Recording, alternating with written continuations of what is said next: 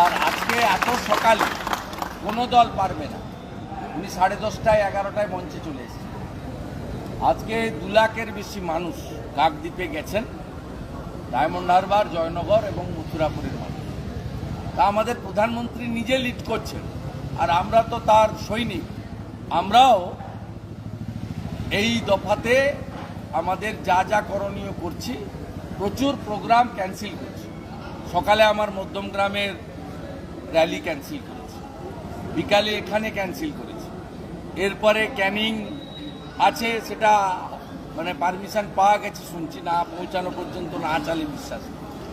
শকতবাবু MLA তো ওখানকার, উনি তো ওখানকার মুখ্যমন্ত্রী, উনি বিএলআরও, উনি ওসি, উনি বিডিও, উনি সব, উনি শৌচালয়, উনি সব। আপনার তারপরে আমতলাতে রোড শো আছে।